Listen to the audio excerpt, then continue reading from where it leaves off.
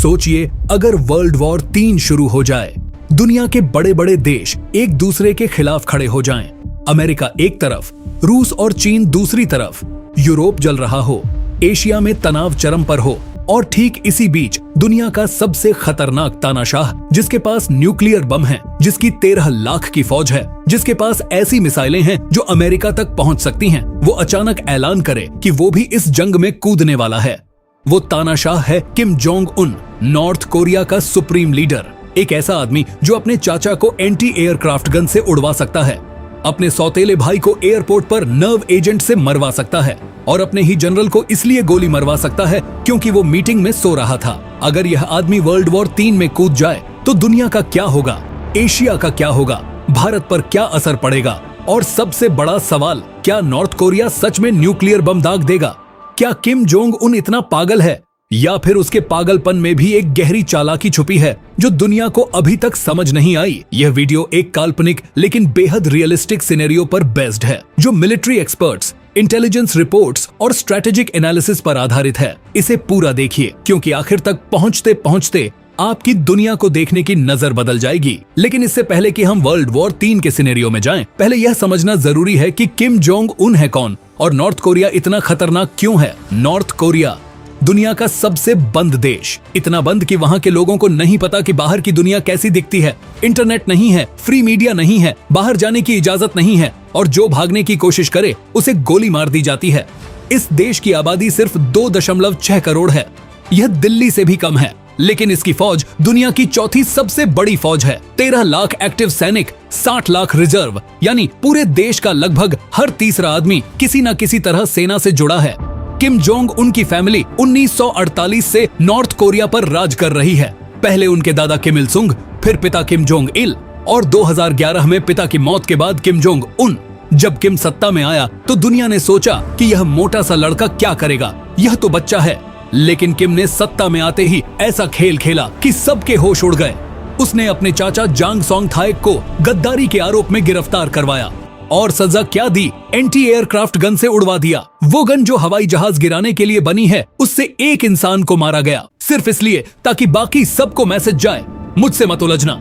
2017 में किम के सौतेले भाई किम जोंग नाम को मलेशिया के कुआलालंपुर एयरपोर्ट पर 2 लड़कियों ने VX नर्व एजेंट से मार डाला।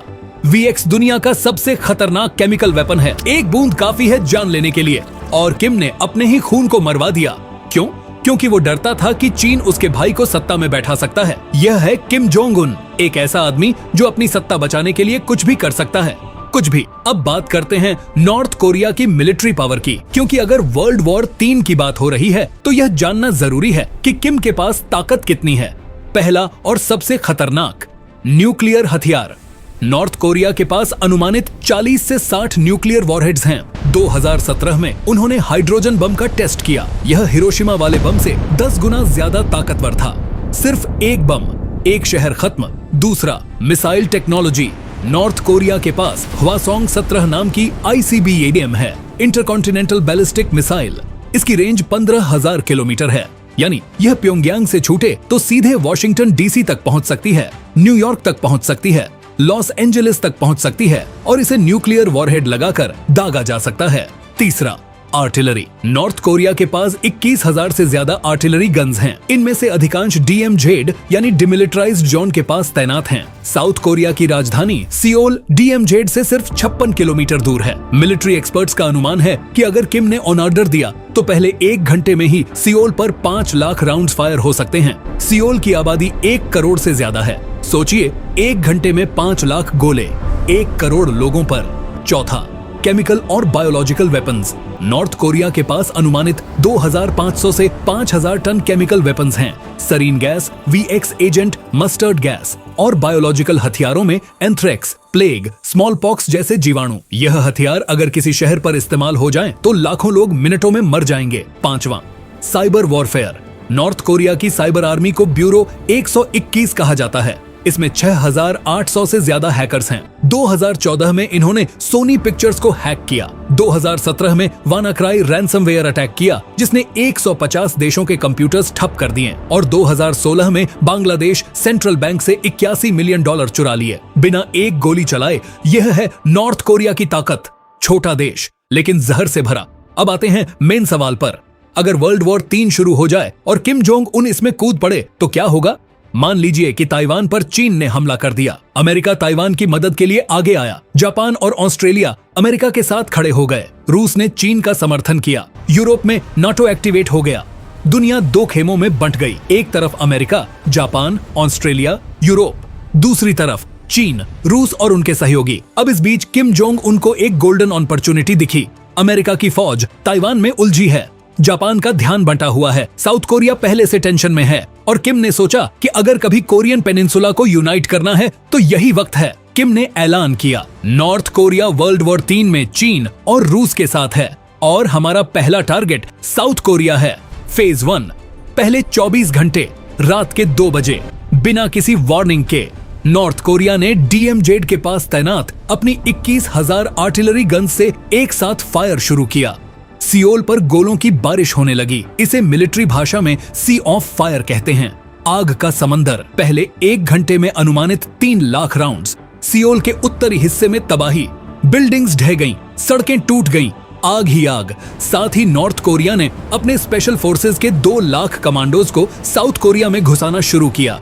सबमरीन से, टनल से और हवाई रास्ते से। नॉर्थ कोरिया ने DMZ के नीचे दर्जनों सुरंगें बना रखी हैं, कुछ इतनी बड़ी कि उनमें से टैंक गुजर सकता है। इन सुरंगों से हजारों सैनिक साउथ कोरिया में घुस गए। साउथ कोरिया के पावर ग्रिड्स पर साइबर अटैक हुआ।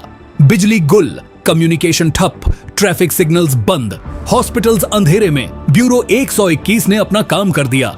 लेकिन साउथ कोरिया कोई कमजोर देश नहीं है। साउथ कोरिया की फौज 5,50,000 सैनिकों की है। अमेरिका के 28,500 सैनिक पहले से साउथ कोरिया में तैनात हैं। साउथ कोरिया के पास F-35 और F-15 के जैसे एडवांस्ड फाइटर जेट्स हैं। K2 ब्लैक पैंथर टैंक हैं जो दुनिया के सबसे बेहतरीन टैंक्स में गिने जाते हैं। और थर्ड मिसाइल डिफेंस सिस्टम है जो बैलिस्टिक मिसाइलों को हवा में ही मार गिरा सकता है। साउथ कोरिया ने तुरंत जवाब दिया। F-35 जेट्स ने नॉर्थ कोरिया की आर्टिलरी पोजीशंस पर बम बरसाए। के 9 थंडर सेल्फ प्रोपेल्ड गन्स ने काउंटर फायर शुरू किया। अमेरिकी फोर्सेस ने B-1B बॉम्बर्स भेजे। जापान ने अपने बेस से सपोर्ट दिया। लेकिन किम के पास एक और कार्ड था, सबसे खतरनाक कार्ड, फेज 2, न्यूक्लियर ब्लैकमेल। जब किम ने देखा कि कन्वेंशनल वॉर में उसकी फौज टिक नहीं पा रही तो उसने वो किया जिसका सबको डर था। उसने दुनिया को धमकी दी, अगर अमेरिका ने अपनी फौज पीछे नहीं हटाई तो मैं सियोल पर न्यूक्लियर बम गिराऊंगा, टोक्यो पर गिराऊंगा और अगर जरूरत पड़ी तो अमेरिका की मेनलैंड पर भी। ये ब्लफ था या रियल? यही सबसे बड़ा सवाल है जो मिलिट्री एक्सपर्ट्स को रात भर जगाए रखता है। सच्चाई ये है कि किम जोंग उन पागल नहीं है। वो क्रूर है, निर्दयी है, लेकिन पागल नहीं। वो जानता है कि अगर उसने एक भी न्यूक्लियर बम दागा तो अमेरिका का जवाब इतना भयानक होगा कि नॉर्थ कोरिया का नक्शे से नामो निशान मिट जाएगा। अमेरिका के पास 5,500 से ज्यादा न्यूक्लियर वॉरहेड्स हैं। ओहायो क्लास सबमरीन्स हैं जो समुद्र के अंदर से 24 ट्राइडेंट मिसाइलें दाग सकती हैं। हर मिसाइल पर 8 न्यूक्लियर वॉरहेड्स। एक सबमरीन 192 शहर खत्म कर सकती है। किम यह जानता है, इसलिए उसकी न्यूक्लियर धमकी एक ब्लफ है, लेकिन खतरनाक ब्लफ। क्योंकि अगर किम को लगा कि उसकी सत्ता जा रही है, उसका शासन खत्म हो रहा है, वो हारने वाला है तो क्या वो पागलपन कर सकता है? मिलिट्री एक्सपर्ट्स कहते हैं हाँ, अगर किम को लगा कि अब कुछ नहीं बचा तो वो न्यूक्लियर बम दाग सकता है। इसे मैडमैन थ्योरी कहते हैं। जब एक तानाशाह को लगे कि सब खत्म है तो वो सबको अपने साथ ले डूबना चाहता है। और यही वो चीज है जो नॉर्थ कोरिया को दुनिया का सबसे अनप्रेडिक्टेबल खतरा बनाती है। फेज 3, चीन का रोल। अब सवाल यह है कि अगर किम वाकई में न्यूक्लियर बम दागने की हिम्मत करे तो चीन क्या करेगा? चीन नॉर्थ कोरिया का सबसे बड़ा सहयोगी है। नॉर्थ कोरिया का 90% व्यापार चीन के साथ होता है। तेल, खाना, हथियार सब चीन से आता है। लेकिन चीन भी जानता है कि अगर किम ने न्यूक्लियर वॉर शुरू किया तो उसकी लपटें चीन तक पहुंचेंगी। रेडिएशन, शरणार्थी, आर्थिक तबाही। चीन यह सब नहीं चाहता। इसलिए मिलिट्री एनालिस्ट्स मानते हैं कि अगर हालात बहुत बिगड़े तो चीन खुद नॉर्थ कोरिया में दखल दे सकता है। किम को हटाकर अपना कठपुतली शासक बैठा सकता है या फिर नॉर्थ कोरिया के न्यूक्लियर ठिकानों पर कब्जा कर सकता है ताकि कोई पागलपन ना हो। यह सुनने में अजीब लगता है कि एक सहयोगी देश अपने ही साथी को हटा दे, लेकिन इंटरनेशनल पॉलिटिक्स में कोई किसी का दोस्त नहीं होता, सिर्फ इंटरेस्ट होते हैं। और चीन का इंटरेस्ट है कि एशिया में न्यूक्लियर वॉर ना हो। फेज 4, अगर सच में न्यूक्लियर बम गिरा तो मान लीजिए सबसे भयानक सिनेरियो सच हो गया। किम ने एक न्यूक्लियर मिसाइल सियोल की तरफ दाग दी। थार्ड ने इंटरसेप्ट करने की कोशिश की, लेकिन मिसाइल इतनी तेज थी कि बच गई। सियोल के बाहरी इलाके में गिरी, धमाका। एक सफेद रोशनी जो सूरज से भी तेज, तापमान 30 लाख डिग्री सेल्सियस, 3 किलोमीटर के दायरे में सब कुछ भाप बनकर उड़ गया। 10 किलोमीटर तक बिल्डिंग्स ताश के पत्तों की तरह गिरी। 20 किलोमीटर तक लोगों की स्किन जल गई। रेडिएशन 50 किलोमीटर तक फैला। अनुमानित मृत्यु 5 लाख से 10 लाख पहले दिन। रेडिएशन से अगले हफ्तों में लाखों और। इसके बाद अमेरिका का जवाब आएगा और वो जवाब भयानक होगा। अमेरिका अपनी ओहायो क्लास सबमरीन से ट्राइडेंट मिसाइलें दागेगा। प्योंगयांग पर, नॉर्थ कोरिया के मिलिट्री बेस पर, न्यूक्लियर साइट्स पर, लीडरशिप बंकर्स पर 1 घंटे में नॉर्थ कोरिया तबाह हो जाएगा। किम जोंग उन या तो मारा जाएगा या अपने अंडरग्राउंड बंकर में छुप कर बैठ जाएगा, लेकिन तब तक बहुत देर हो चुकी होगी। लेकिन सबसे बड़ा सवाल यह है भारत का पोजीशन। वर्ल्ड वॉर 3 में नॉर्थ कोरिया की एंट्री से भारत सीधे तौर पर प्रभावित होगा। पहला, अगर चीन नॉर्थ कोरिया को सपोर्ट कर रहा है और भारत चीन के रिश्ते पहले से तनावपूर्ण हैं, तो चीन LAC पर प्रेशर बढ़ा सकता है। लद्दाख में, अरुणाचल में, सिक्किम में भारत को अपनी नॉर्दर्न बॉर्डर पर एक्स्ट्रा फोर्सेस तैनात करनी पड़ेंगी। दूसरा, पाकिस्तान जो चीन का ऑल वेदर फ्रेंड है, वो भी इस मौके का फायदा उठा सकता है। LOC पर तनाव बढ़ सकता है। आतंकी हमलों में बढ़ोतरी हो सकती है। तीसरा, अगर एशिया में न्यूक्लियर वॉर हुआ तो रेडिएशन का असर भारत तक पहुंच सकता है। ट्रेड रूट्स बंद हो सकते हैं। ऑनियल सप्लाई बाधित हो सकती है। ग्लोबल इकोनॉमी क्रैश हो सकती है। चौथा, शरणार्थी संकट। लाखों लोग कोरियन पेनिनसुला से भागेंगे। यह पूरे एशिया को प्रभावित करेगा। लेकिन भारत की ताकत यह है कि भारत के पास खुद की न्यूक्लियर ट्रायड है। अग्नि 5 मिसाइल जिसकी रेंज 5500 किलोमीटर से ज्यादा है। अरिहंत क्लास न्यूक्लियर सबमरीन जो समुद्र के अंदर से न्यूक्लियर मिसाइल दाग सकती है। और राफेल, सुखोई जैसे एडवांस्ड फाइटर जेट्स। भारत की नो फर्स्ट यूज पॉलिसी है, यानी भारत पहले न्यूक्लियर हमला नहीं करेगा, लेकिन अगर कोई भारत पर न्यूक्लियर हमला करे तो जवाब इतना भयानक होगा कि हमलावर का अस्तित्व ही खत्म हो जाएगा। यही भारत की स्ट्रेंथ है और यही वजह है कि वर्ल्ड वॉर 3 में भी कोई भारत की तरफ सीधे आंख उठाकर देखने से पहले 10 बार सोचेगा। अब सबसे अहम सवाल, क्या वर्ल्ड वॉर 3 सच में होगा?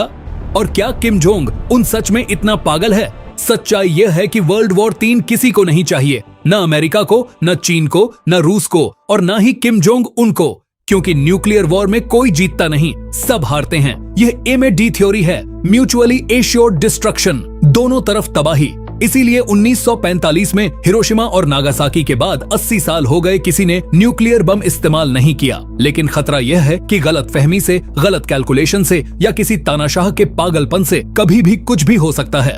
और किम जोंग उन उसी कैटेगरी का आदमी है जो अनप्रेडिक्टेबल है। वो ऐसा आदमी है जिसके बारे में कोई यकीन से नहीं कह सकता कि वो क्या करेगा और क्या नहीं। और जब एक ऐसे अनप्रेडिक्टेबल आदमी के हाथ में न्यूक्लियर बम हो तो दुनिया का सबसे बड़ा खतरा टेक्नोलॉजी नहीं है। दुनिया का सबसे बड़ा खतरा वो उंगली है जो बटन पर रखी है। किम जोंग उनकी कहानी सिर्फ एक तानाशाह की कहानी नहीं है, यह कहानी है इंसानी पागलपन की, सत्ता के नशे की और उस खतरे की जो तब पैदा होता है जब एक इंसान को इतनी ताकत मिल जाए कि कोई उसे रोकने वाला ना बचे। 2.6 करोड़ लोगों का एक देश जहां लोगों को ठीक से खाना नहीं मिलता, लेकिन उसका लीडर $30 लाख की घड़ी पहनता है। जहां लोग भूख से मर रहे हैं लेकिन न्यूक्लियर मिसाइलें बन रही हैं। जहां बच्चों को स्कूल में पढ़ाया जाता है कि किम जोंग उन भगवान है और जो ना माने उसे 3 पीढ़ियों की सजा, यानी अगर आपने गुनाह किया तो सजा आपको भी मिलेगी, आपके बच्चों को भी और आपके पोतों को भी। ये है नॉर्थ कोरिया का सच और यह सच जितना डरावना है उतना ही जरूरी है जानना, क्योंकि दुनिया की सुरक्षा सिर्फ सेनाओं से नहीं होती। दुनिया की सुरक्षा जागरूकता से होती है। जब आप जानते हैं कि खतरा क्या है, कहां है और कितना बड़ा है, तभी आप उससे लड़ सकते हैं। और भारत आज दुनिया की 5वीं सबसे बड़ी इकोनॉमी है, 3री सबसे बड़ी मिलिट्री पावर है, न्यूक्लियर ट्रायड वाला देश है और सबसे बड़ी बात 140 करोड़ लोगों का देश है जो एक साथ खड़ा हो सकता है। वर्ल्ड वॉर 3 हो या ना हो, किम कूदे या ना कूदे, एक बात तय है, भारत तैयार है। भारत हमेशा तैयार रहता है और जो भारत की तरफ आंख उठाकर देखता है उसे 1965 भी याद है, 1971 भी याद है, 1999 भी याद है, सर्जिकल स्ट्राइक भी याद है, बालाकोट भी याद है और ऑपरेशन सिंदूर भी याद है। दोस्तों, अगर आपको यह वीडियो पसंद आई हो तो एक लाइक जरूर करें। कमेंट में बताइए कि आपको क्या लगता है, वर्ल्ड वॉर 3 होगा या नहीं, और अगर हुआ तो भारत को क्या करना चाहिए। ऐसी ही डॉक्यूमेंट्रीज और अनसुनी कहानियां देखने के लिए चैनल को सब्सक्राइब करना बिल्कुल ना भूलें। नोटिफिकेशन बेल ऑन कर दीजिए ताकि कोई भी वीडियो मिस ना हो। मिलते हैं अगले वीडियो में, तब तक के लिए जय हिंद।